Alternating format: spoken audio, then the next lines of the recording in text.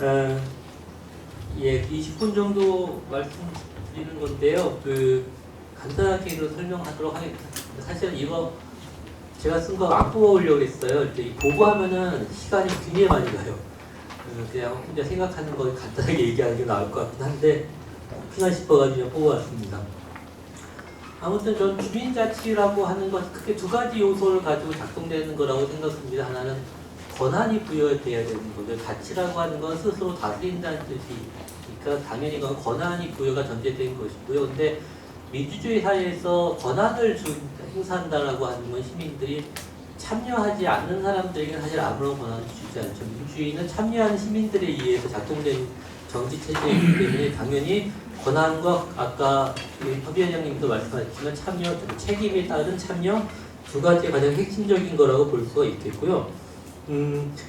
그럼 시민들한테 권한을 줘야 된다. 이거는 요즘에는 뭐 이 자체 물론 아직도 주민자치 거버넌스에 대해서 이게 아니다 이렇게 주장하는 사람들도 간혹 있긴 하죠. 근데 어쨌든 대세는 이 시민들에게 권한을 줘야 된다고 하는 그것이 우리 사회의 질적 발전이라고 하는 데에 대해서는 대세는 그렇게 맞다 이렇게 보통 얘기를 하는 게 맞고, 그런 차원에서 우리 사회에서도 지금 주민자치를부터 활성화시켜야겠다 이런 얘기들이 많이 높아지는 거죠. 사실 협치도 지역사회에서의 협치가 주민자치라고 할 수 있는 것이고요. 이것을 부인하는 것 자체에 대해서 저도 관점의 문제니까 뭐라 못하겠지만 그것을 해야 된다고 하는 이제 태계인들의 합의는 이미 일정 정도 형성이 됐다고 생각을 합니다.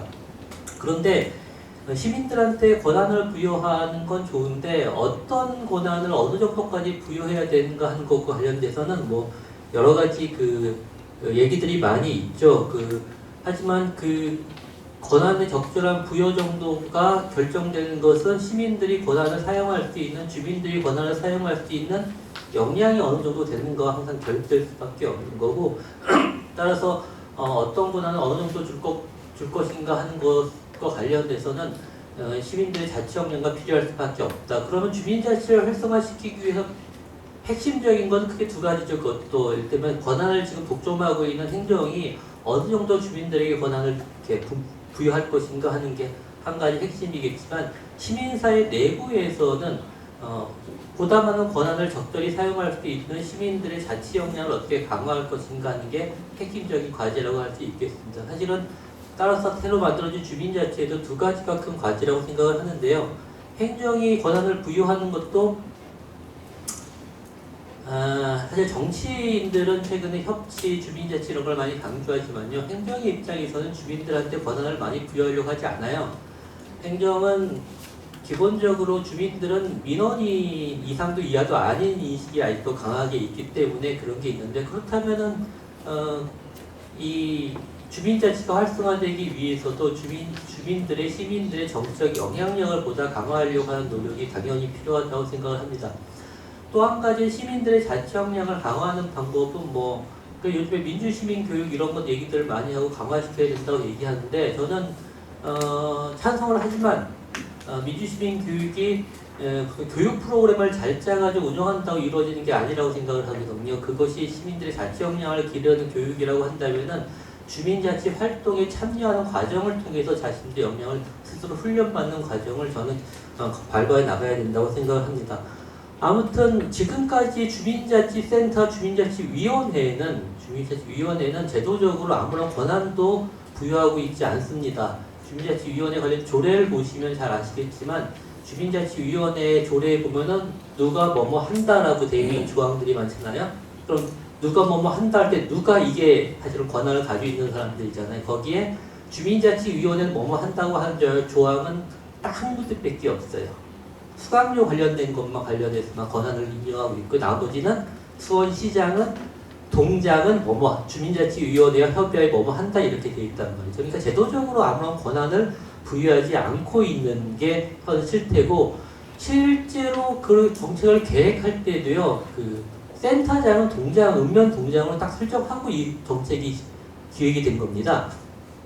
그리고 지난 정부에서 실시됐던 주민자치회조차도 이게 원래 뭐라 그럴까, 주민자치센터나 주민자치위원회도 마찬가지지만 지난 정부의 주민자치회도 어떻게 하면 지역사회에서 주민자치를 활성화시킬 것인가라는 고민에서 시작된 정책이 아니죠. 다들 알다시피 다 행정체제 개편에 따른 부산물로 나온 거라는 거죠. 주민자치센터나 주민자치위원회는 당시 행정체제 개편이 읍면동 업무를 대폭 줄이는 방향으로 이루어졌고 업무가 대폭 주니까 읍면동 사무소에서 일하는 공무원 수가 줄어들었고 공무원 수가 줄어드니까 공간이 비고 그 빈 공간을 어떻게 활용할 건가 이런 고민으로부터 시작해서 나온 정책이고 지난 주민자치회도 그때도 행정체계 개편 그때는 읍면동 사무소를 이렇게 통합해서 대동으로 만드는 정책을 추진하면서 거기에 대한 부산물 즉 두 개 동을 통합하면은 빈 한 개 동 사무소가 있잖아요. 이걸 어떻게 활용할 것인가 이곳을 자치와 복지의 거점으로 활용하자 이렇게 연결이 된 거기 때문에 주민자치 활성화 그 자체를 배경 목적으로 만들어진 정책이 아니었던 거죠. 저는 뭐 현 정부를 이렇게 공개적으로 지지하는 사람은 아니지만 그 현 정부 들어서 시작된 혁신읍면동 사업 그거 완전히 무산됐죠. 국회에서 예산이 전혀 삭감돼서 그리고 새롭게 만들어진 주민자치형 공공서비스 사업에서 말하고 있는 주민자치에는 제가 생각할 땐 최초로 주민자치를 활성화를 어떻게 할 것인가를 부터 출발한 정책이라고 이렇게 볼 수도 있습니다. 그래서 여기에서는 권한에 대해서 많이 얘기하고 있어요. 주민자치에 새롭게 행안부에서 나온 주민자치 표준조례를 보면요, 그 내용은 별게 없습니다만은 한 조에 이미 권한이라고 쓰여 있는 게 있어요. 처음으로 들어가는 거, 권한이라고. 그러니까 권한에 대해 생각하고 있는데 이 새로운 주민자치에서 얘기하고 있는 권한의 핵심은 크게 두 가지예요. 하나는 주민들에게 자치계획을 수립할 권한을 주겠다. 자치계획은 마을계획 하잖아요. 마을계획을 포함한 뭐 주민자치 활동과 관련된 자치센터 위탁하게 되면은 그것에 대한 운영계획이라든가 이런 걸 포함하는 걸 자치계획이라고 얘기하는데 이것에 대한 권한을 준다고 하는 것은 그 사람들이 그 계획을 결정할 권한을 주겠다는 거예요. 실제로 행안부의 그 모델이 됐던 서울형 주민자치를 보면요. 주민들이 수립한 자치계획에 대해서는 구청장이, 기초자치단체장이 반드시 수용하도록 공식적인 계획으로 수용하도록 이렇게 언급하고 있어요. 왜 이게 새롭냐면 전에는 또 마을계획이라는 걸 만들었지만 마을계획 만들어봤자 이거 다 임의계획이었잖아요. 행정의 공식계획이 아니었어요. 만들고 나도 그것을 집행하기 위해서 돈이 필요하면 또 공모에 의해 가지고 해야 되는 거죠. 근데 이것을 공식 계획으로 인정한다고 하는 것은 거기에 따른 당연한 예산이 편성된다는 걸 의미하는 거죠. 이게 첫 번째 권한이고 또 두 번째 중요한 권한은 예산에 대한 결정 권한을 주겠다는 거예요. 그거는 사실 행정에 있어서 가장 핵심적인 권한은 예산에 대한 편성권이거든요. 예산 편성권까지 주지는 않지만 일정한 예산을 주민들이 결정하도록 하겠다 이런 거죠. 그래서 주민자치회 계획에는 어떤 내용이 포함되어 있냐면은 지역 주민참여 예산제를 주도하도록 하겠다 이렇게 얘기가 나와 있어요. 이 얘기는 주로 어떤 식으로 요즘에 주민참여 예산에서 확산되고 있냐면 각 동별로 일정한 예산 실링을 부여하는 거예요. 그러니까 실링이란 말이 좀 어려울 수도 있는데 저도 처음에 물어봤어요. 각 동별로 일정한 예산액을 주는 거예요. 이거 너희들이 알아서 쓰라고 이렇게 주는 거예요. 이거는 참여 예산에서도 요즘에 그런 경향이 많이 생기고 있고요. 이게 주민자치와 결합되면서 더 확산되는 추세를 보이고 있습니다. 이게 한 가지고 또 한 가지는 이제 그 주민자치의 조례에서는 또 언급을 하고 있긴 한데 표준조례에서는 그 주민세 균등분의 일부 또는 전부를 그 주민자치회가 사용할 수 있도록 주겠다 이런 내용이 포함되어 있어요. 조례 주식에는 할 수 있다라고 되어 있지만 행안부 장관은 전에 김부겸 장관 있을 때 그렇게 하겠다고 얘기를 했고 실제로 서울시는 그렇게 하고 있고요. 주민세를 주민자치회가 사용할 수 있도록 주고 있고요. 지금 그런 계획을 수립하고 있는 데도 꽤 많은 걸로 알고 있습니다. 물론 이 정도 권한을 주는 건 사람에 따라서 관점에 따라서 충분하다 이렇게 볼 수도 있고 관점에 따라서는 미흡하다 이렇게 볼 수도 있고 관점에 따라서는 너무 많은 걸 주는 거 아니냐 이렇게 볼 수도 있죠.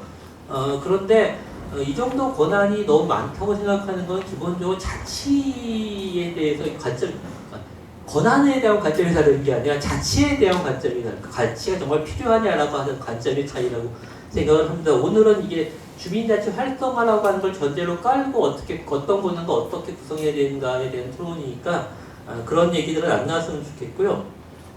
사실은 예산에 대한 결정권을 주는 서울시를 보면요, 서울시도 지금 굉장히 혼란스럽게 문제가 많이 발생하고 있는 게 사실이에요. 잘 힘들어요. 근데 그거는 예산에 대한 결정권을 그러니까 현장에서부터 불만이 터져 나오는데요.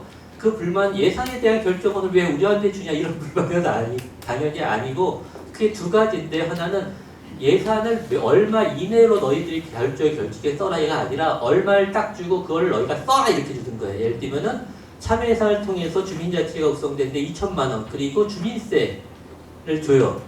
아니 뭐 인구세, 주민세 인구수에 따라 달라요. 저거 인구 좋은 데 3천만 원이 줄 수도 있고 어떤 6천만 원 받았다는 데도 있는데 꼭 써야 되는 거예요.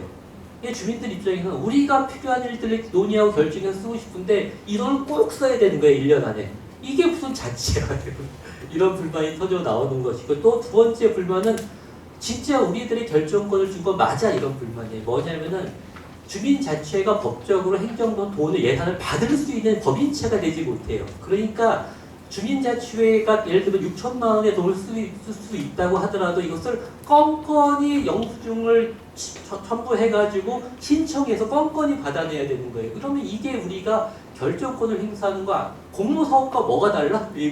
이런 식의 불만이 제기되는 거지 예산 자체에 결정권을 줬다는 불만은 아닙니다. 그래서 어쨌든 저는 개인적으로 생각할 때 이 정도의 권한, 뭐 자치계획에 대한 결정 권한, 그리고 일정한 참여예산제나 그 참여예산제를 통한 동예산 실링을 부여하는 방식이나 주민세의 일정 부분을 주민자치에게 사용하는 정도의 권한을 주는 것은 적절하다고 생각을 합니다. 지금 상태에서는 전 권한은 점점 커져야 된다고 생각하는데, 그것은 운영을 하는 과정을 통해서 그런 영향들이 쌓이고 보답하고 싶은 일들이 많이 생기고 이러면서 좀 더 커져야 된다고 생각을 하고요. 그런데 단지 예산에 대해서는 좀 약간 수정돼야 될 필요는 있을 것 같아요. 아까 말했던 두 가지 문제점에 대해서는, 예를 들면 보통 참여 예산을 통해서 동의에다 예산 실링을 주는 방식은 딴 지역들은 얼마를 준다가 아니라 얼마 이내에서 너희들이 계획을 세워라 이렇게 얘기하거든요. 예를 들면 경기도 시흥시는 작년까지 2억 원, 올해는 이제 1억 원, 주민들이 원했던 거예요. 2억 원은 우리가 다 쓰기 힘드니까 현실적이지 않다. 그래서 1억 원 이내에서 주민들이 계획을 세우면 그 돈을 주는 거거든요. 이제 이내에 이렇게 하는 게 더 바람직한 것 같고, 그리고 빨리 법을 만들어서 그 주민자치회 자체가 예산을 직접 통으로 받을 수 있는 그런 법인 자격을 갖출 수 있도록 하는 게 필요하다고 생각을 합니다만, 그런 보완점을 좀 첨가하면은 그 정도 권한이 전 적절할 수 있다고 현재로서는 좀 생각을 합니다.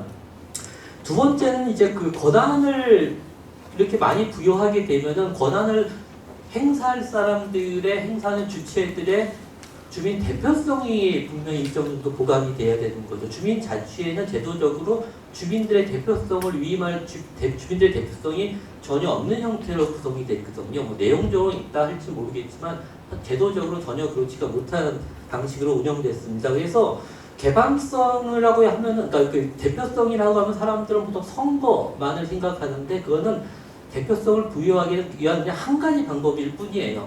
한 가지 방법일 뿐이고, 대표성을 부여하는데 가장 중요한 기준은 개방성이에요. 누구든지 신청할 수 있느냐, 참여할 기회가 보장되느냐. 물론 권한을 부여하는 사람들이 일정한 수로 제한을 해놓으면은 아무도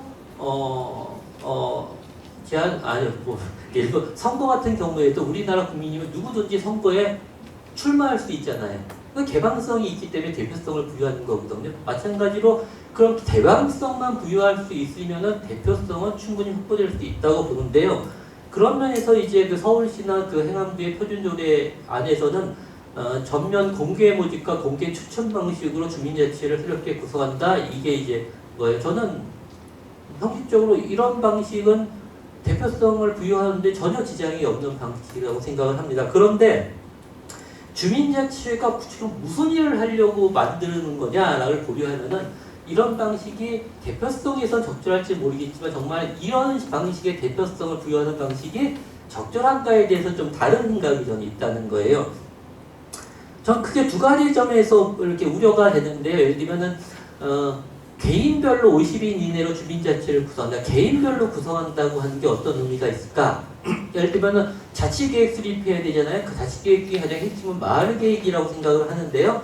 50명이 모여가지고 마을계획을 수립하려면 또 마을계획단을 따로 조직해야 되고 또 그 사람들을 통해서 마을에 어떤 일이 필요한지를 만들어내야 되고요. 계획을 작성해야 되고 또 그 일을 하려면은 또 어떤 사람들이 그 일을 할까 이런 또 고민이 된단 말이에요. 저는 자칫 이게 쉬운 과정은 아니잖아요. 자칫 이게 또 하나 50명의 그들만의 리그로 폐쇄적인 자치회가 되지 않을까 하는 우려가 있는 거예요. 여기 주민자치위원분들도 많이 계시는데 기분 나쁘실 수 있지만 사실 외부에서는 주민자치위원회에 대한 가장 큰 비판 중에 하나는 그들만의 리그 폐쇄적으로 운영된다. 이게 그 많은 비판이 되는 부분이란 말이죠. 그러면은 이 50명으로 구성된 것과 24명이나 내외로 구성된 주민자치위원회가 거의 비슷하게 작동될 우려가 저기 있다. 그렇다면 주민자치를 새롭게 구성하는 게 대표성 없이 대표성이야 부여될 수 있다고 하지만 운영되는 방식에 있어서는 역시 마찬가지로 폐쇄적으로 운영되는 건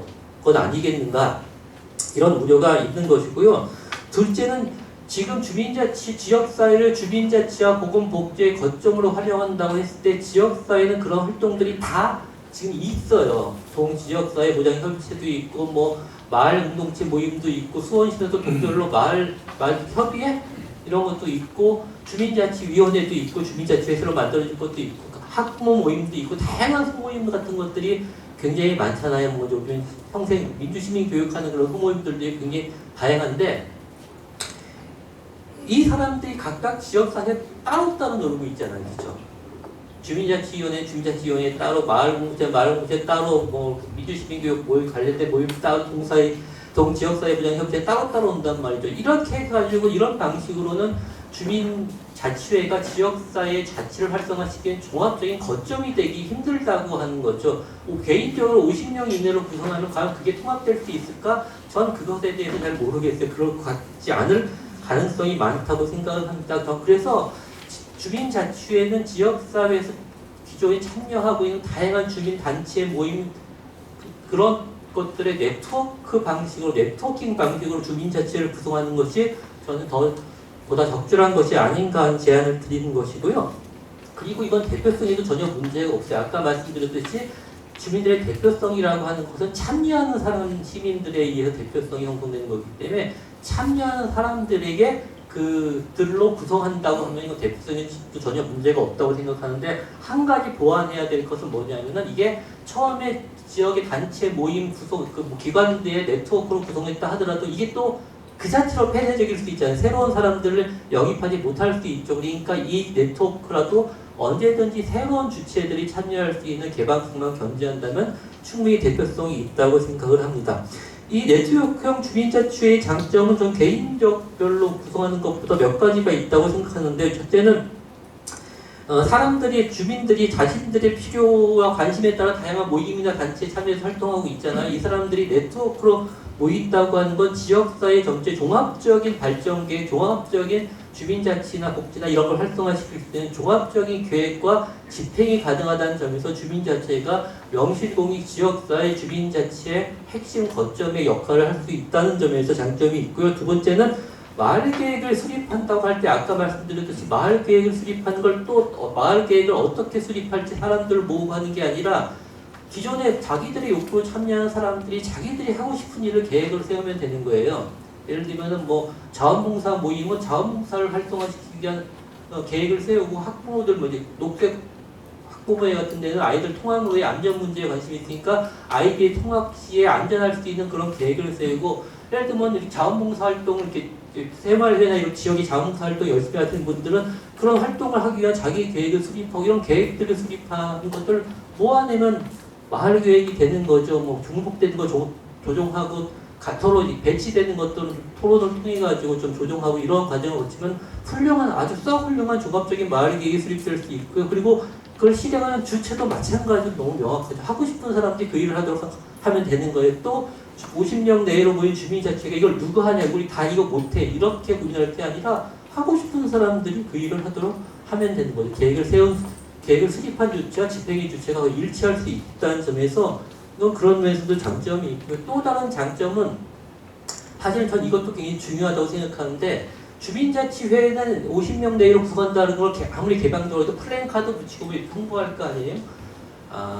여러분들 지나가다 플래카드 보고 그 플래카드를 보고 내가 참여하겠다고 생각하는 사람은 극히 드물어요. 이거 홍보의 그게 적극적인 홍보 방법이 아니라는 거예요. 저는 기존의 지역사회 활동에 참여하는 분들에게 사회적 인정을 해줄 필요가 있다는 거예요. 다양한 활동에 참여하는 분들에게 네가 여태까지 이렇게 참여를 했으니 주민자치를 새로 이렇게 구성하는데 같이 참여해달라는 초대를 한다고 한다는 점에서 저는 이 초대라고 하는 게 적극적으로 참여시키는 방법도 있지만 그것보다 더 중요한 것은 지역사회 활동에 참여하는 다양한 주민들에게 네가 한 일들은 공적으로 좀 이렇게 초대를 받을 만한 인정을 받을 만한 일이라고 하는 것들을 보여주는 것이라는 점에서 이것도 좀 이렇게 그냥 홍보해서 오십시오가 아니라 초대하는 방식으로 주민자치를 구성하는 것도 여러모로 장점이 있지 않나 이렇게 생각을 합니다. 네, 마치도록 하겠습니다. 고맙습니다.